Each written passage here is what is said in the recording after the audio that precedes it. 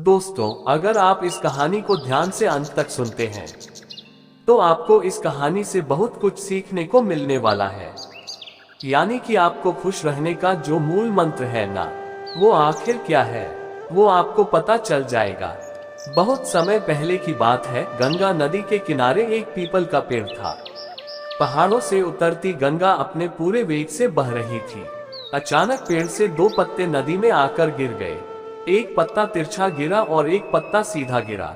जो पत्ता तिरछा गिरा था वो जिद पर अड़ गया कि और कहने लगा कि आज चाहे जो हो जाए मैं इस नदी को रोक कर ही रहूंगा। चाहे मेरे प्राण ही क्यों न चले जाए, मैं इसे आगे नहीं बढ़ने दूंगा। वह पत्ता जोर जोर से चिल्लाने लगा कि रुक जा गंगा, मैं तुझे आगे नहीं जाने दूंगा। पर नदी तो बहती ही जा रही थी। नदी को तो पता ही नहीं था कि कोई पत्ता उसे रोकने का प्रयास कर रहा है। इधर पत्ते की जान पर बन आई थी। वह लगातार संघर्ष कर रहा था। वो पत्ता नहीं जानता था कि बिना लड़े भी वही जाना था जहां थककर और हार कर पहुंचेगा। परंतु अब और तब के बीच का समय उसके लिए दुख और संताप का समय बन चुका था। वही दूसरा पत्ता जो सीधा गिरा था, वो नदी के प्रवाह के साथ बड़े मजे से बहता जा रहा था और कह रहा था कि चल गंगा, आज मैं तुझे तेरी मंजिल तक पहुंचाऊंगा।